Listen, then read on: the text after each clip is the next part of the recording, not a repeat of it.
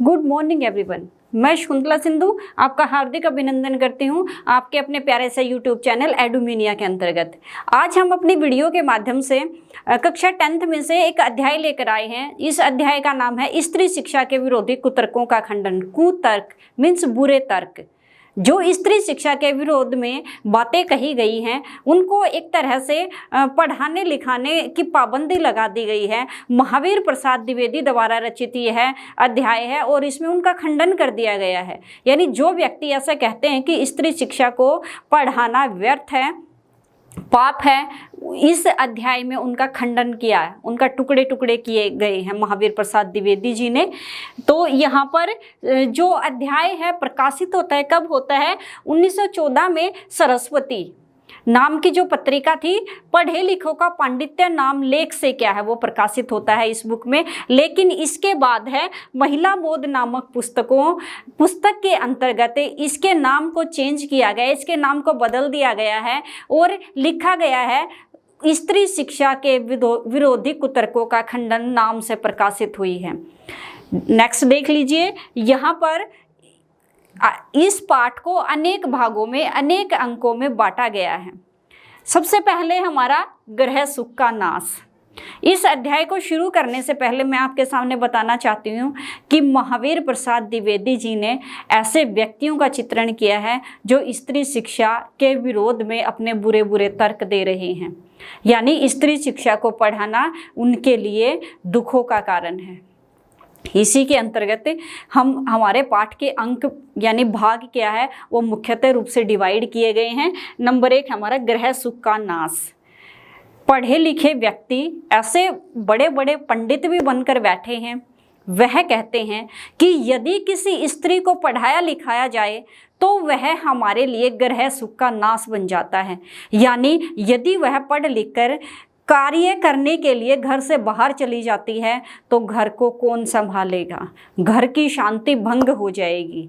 तो ये सबसे महत्वपूर्ण बात इस अध्याय में उभर कर आई है कि स्त्रियों को पढ़ाना साक्षात रूप से सही अर्थों में उनके गृह सुख का नाश बन जाता है। यानी गृहस्थी से वो दूर चली जाती हैं। सुबह से शाम तक वह बाहर दफ्तरों में कार्य करती रहती हैं, न बच्चों की चिंता है न घर के कार्यों की चिंता है। वास्तव में ऐसा नहीं है। घर के साथ बाहर अपने कार्यों के साथ साथ वह अपने घर में को भी संभालती हैं।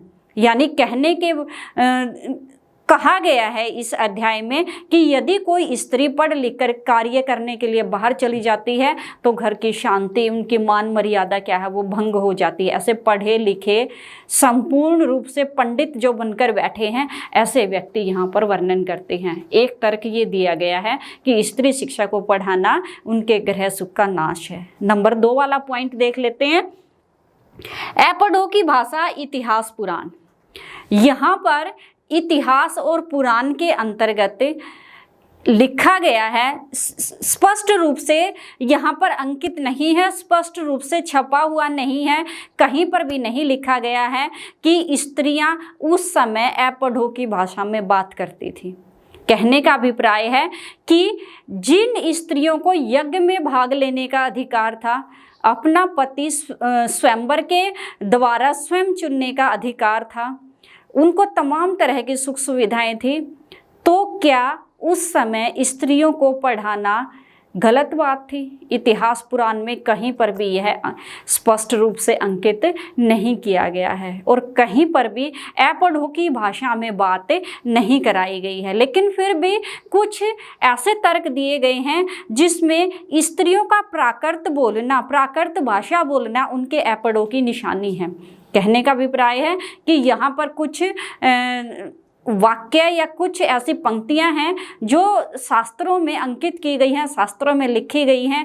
यानी कहने का अभिप्राय है कि एक प्रसंग ऐसा उभर कर आता है जब गंधर्व विवाह के पश्चात राजा दुष्यंत क्या है वो शकुंतला को भूल जाता है और शकुंतला बड़ी मुश्किल से अपने मन के विचारों को प्राकृत भाषा में बड़े ही 1-2 श्लोक ही उसको कह पाती अपना दुख प्रकट करने के लिए। तो एक तर्क ये दिया गया है, वास्तव में प्राकृत भाषा बोलना अपढ़ों की निशानी के रूप में चित्रित नहीं है।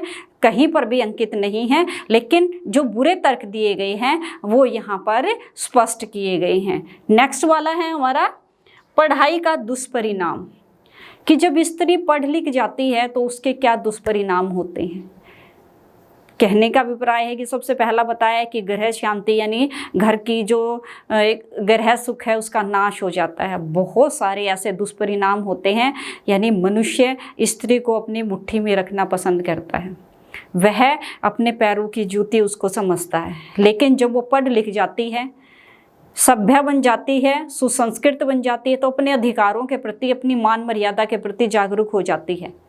घर की दहलीज को लांघना क्या है, उसकी मजबूरी बन जाती है, क्योंकि पढ़ लिख कर वह अपने पैरों पर खड़ा होना चाहती है और उसके लिए क्या है, उसको घर से बाहर निकलना ही पड़ता है।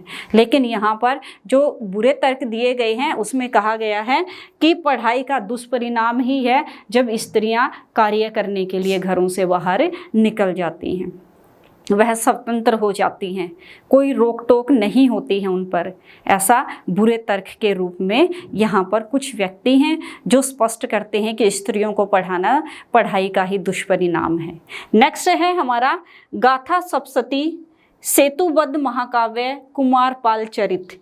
इन ग्रंथों में जो कुछ प्राकृत भाषा में हैं, कुछ बौद्धों द्वारा रचित हैं, इनमें न जाने ऐसी कितनी सारी स्त्रियां हैं जिनके द्वारा रचित, जिनके द्वारा लिखित जो श्लोक हैं वो इन गाथाओं के अंतर्गत, वो इन पुस्तकों के अंदर संकलित किए गए हैं, लिखे गए हैं। तो ये कहीं पर भी निश्चित नहीं है कि प्राकृत भाषा में लिखे गए संदेशप्रद जो श्लोक हैं वो अनपढ़ होने की निशानी है, यानी प्राकृत भाषा बोलना कतई भी अनपढ़ होने की निशानी के रूप में चित्रित नहीं किया गया। सैकड़ों स्त्रियों के द्वारा लिखे गए शिक्षाप्रद श्लोकों को इन ग्रंथों के अंदर शामिल किया गया, इन ग्रंथों के अंदर लिखा गया है। नेक्स्ट है हमारा संस्कृत और प्राकृत। जो बुरे तर्क दिए गए हैं, जो व्यक्ति बुरे तर्क देते हैं वो कहते हैं कि संस्कृत बोलना पढ़े लिखों की निशानी है।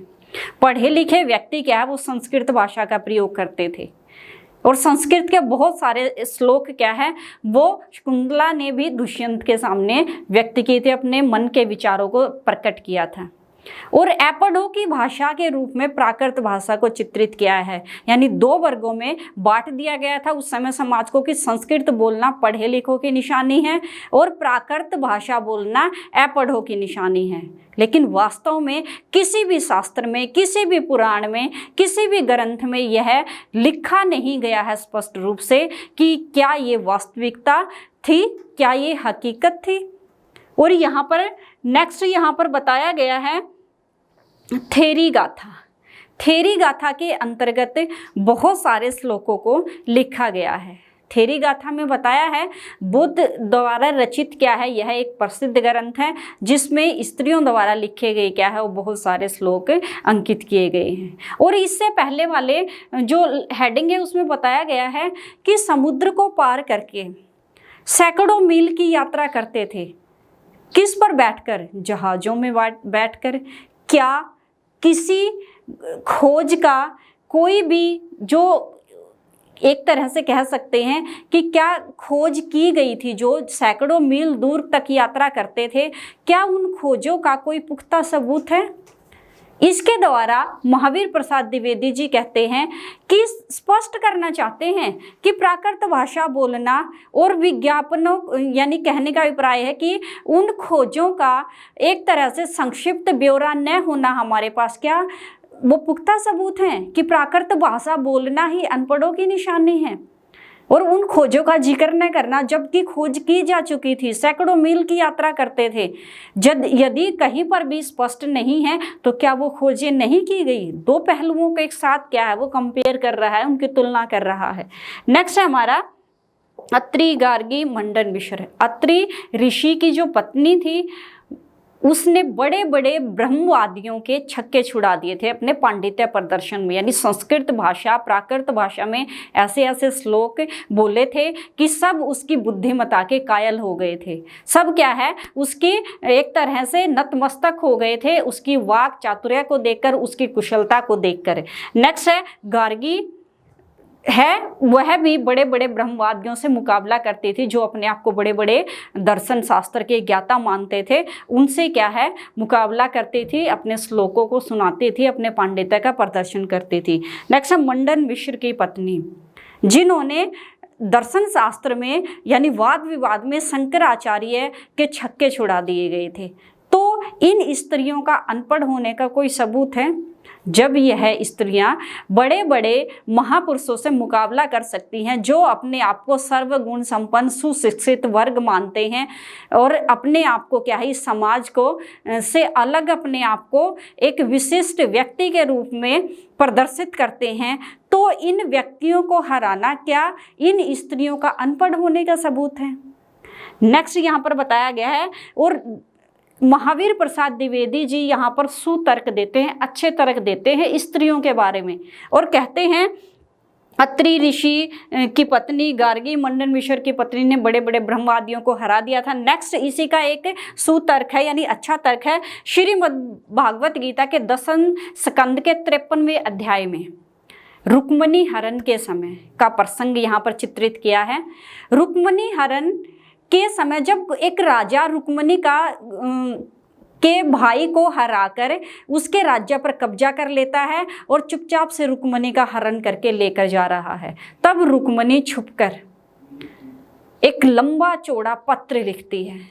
किसको लिखती है? श्री कृष्ण को, और अपनी सहायता के लिए पुकारती है कि जल्दी से जल्दी मेरी सहायता के लिए आओ। और उस पत्र को लिखकर एक ऋषि के माध्यम से श्री कृष्ण तक, जो द्वारिका के राजा थे, उन तक पहुंचाती है।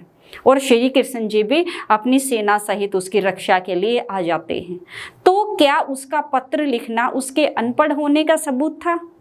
जिस समय स्त्रियों को हार चुनने की, हार गूंथने की, फूल चुनने की और बहुत सारे ऐसे कार्य थे, यज्ञों में भाग लेने की और बहुत सारे ऐसे तलवार चलाने की, अस्त्र शस्त्रों का प्रयोग करने की खुली छूट थी, तो क्या उनका पढ़ना, उनका अनपढ़ रहना संभव है? यानी जिस समय स्त्रियों को खुले रूप से, स्वतंत्र रूप से छोड़ दिया जाता था, तो क्या उस समय स्त्रियों का अनपढ़ रहना सही बात है? नेक्स्ट है सीता की धर्मशास्त्रज्ञता। यहाँ पर लंका में जब लंकेश उनका हरण करके ले जाते हैं, सीता का हरण करके ले जाते हैं, तब सीता की अग्नि परीक्षा ली जाती है। राम लक्ष्मण को इशारा करते हैं और लक्ष्मण सीता मैया को कहते हैं कि आप अपनी अग्नि परीक्षा दीजिए। तो सीता बड़े कटु वाक्य में श्री रामचंद्र को सिर्फ राजा संबोधित करते हुए अपने कटु वाक्य बोलती है और अपनी जो धर्म शास्त्रज्ञता का परिचय देती है। तो क्या सीता का अनपढ़ होने का सबूत है कि अपनी मान मर्यादा के लिए वह इतनी जागरूक है कि श्री रामचंद्र को वह श्री रामचंद्र आर्य पुत्र ने कहकर सिर्फ राजा के रूप में उनको संबोधित करती है।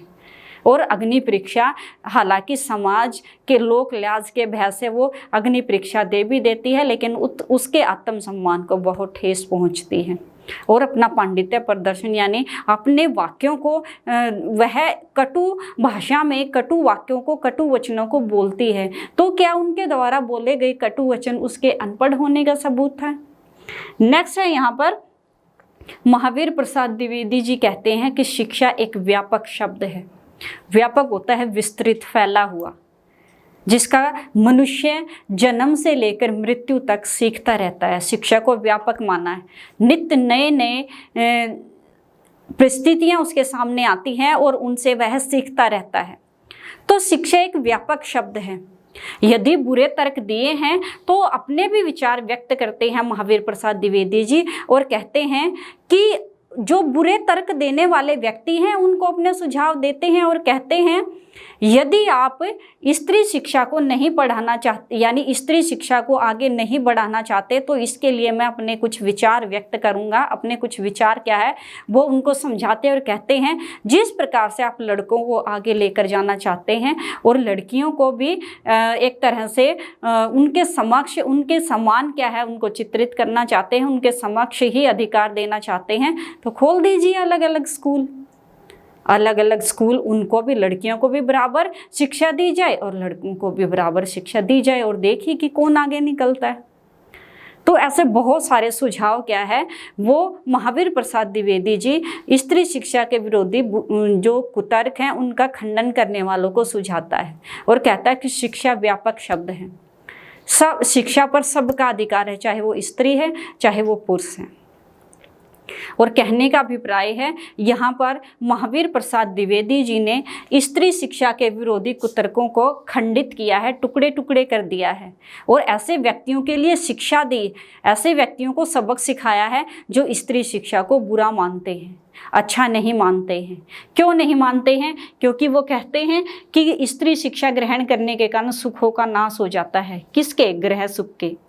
उसके बाद है एपढ़ो की भाषा इतिहास पुराण, लेकिन कहीं पर भी अंकित नहीं है, स्पष्ट नहीं है। पढ़ाई का दुष्परिणाम यहाँ पर चित्रित किया है और कहते हैं कि स्त्रियां सारा दिन घर से बाहर रहना शुरू कर देती हैं। नेक्स्ट है गाथा में सप्तशती, सेतुबंध, महाकाव्य, कुमारपाल चरित है, इनमें चित्रित नहीं किया गया। बहुत सारी स्त्रियों के यहाँ पर छोटे छोटे वाक्य हैं, छोटे छोटे श्लोक चित्रित किए हैं। नेक्स्ट है संस्कृत और प्राकृत, कहीं पर भी यह स्पष्ट नहीं है, कहीं पर भी नहीं लिखा गया, किसी भी पुराण में किसी भी ग्रंथ में यह स्पष्ट नहीं है कि पढ़े लिखों की भाषा संस्कृत है और अपढ़ों की भाषा प्राकृत है, कहीं पर भी निश्चित नहीं है। नेक्स्ट है थेरी गाथा, जो बौद्धों द्वारा रचित एक ग्रंथ है, इसमें भी बहुत सारे श्लोक हैं वो स्पष्ट किए गए हैं। नेक्स्ट है अत्रि ऋषि की पत्नी गार्गी है और मंडन मिश्र की पत्नी जो गार्गी है उसने बड़े बड़े ब्रह्मचारियों को हराया था। अत्रि ऋषि की पत्नी ने भी दर्शन शास्त्रियों को चुप करा दिया था और मंडन मिश्र की पत्नी ने शंकराचार्य के छक्के छुड़ा दिए थे। नेक्स्ट श्रीमद् भगवत गीता 10वें स्कंद के 53वें अध्याय में सीता जो यहाँ पर रुक्मणी ने अपने जो विचारों को लिखा था, एक लंबा चौड़ा पत्र तैयार किया था और एक ऋषि के माध्यम से श्री कृष्ण के सामने अपनी सहायता के लिए उनको पुकारा था। नेक्स्ट सीता की धर्म शास्त्रज्ञता, धर्म का उनको गहरा ज्ञान था, अपनी मान मर्यादा को वह समझती थी कि कहाँ पर मेरी मान मर्यादा का किस तरह से मुझे ध्यान रखना चाहिए और यदि मेरे साथ अन्याय होता है तो किस प्रकार से बातचीत करनी चाहिए। तो क्या उनके अनपढ़ होने का सबूत था? और नेक्स्ट सुझाव देता है कि शिक्षा एक व्यापक शब्द है। इसके लिए यदि आप शिक्षा को वास्तव रूप से सही शब्दों में चरितार्थ करना चाहते हैं तो इसकी व्यापकता को बरकरार रखिए, बनाए रखिए और दीजिए सबको समान रूप से शिक्षा और बुरे तर्कों को छोड़ दीजिए, उनका खंडन कर दीजिए। तो ये है हमारा अध्याय था महावीर प्रसाद द्विवेदी द्वारा रचित स्त्री शिक्षा के विरोधी कुतर्कों का खंडन। इससे नेक्स्ट वाली वीडियो में नया अध्याय हम आपके सामने लेकर आएंगे। तब तक के लिए टेक केयर।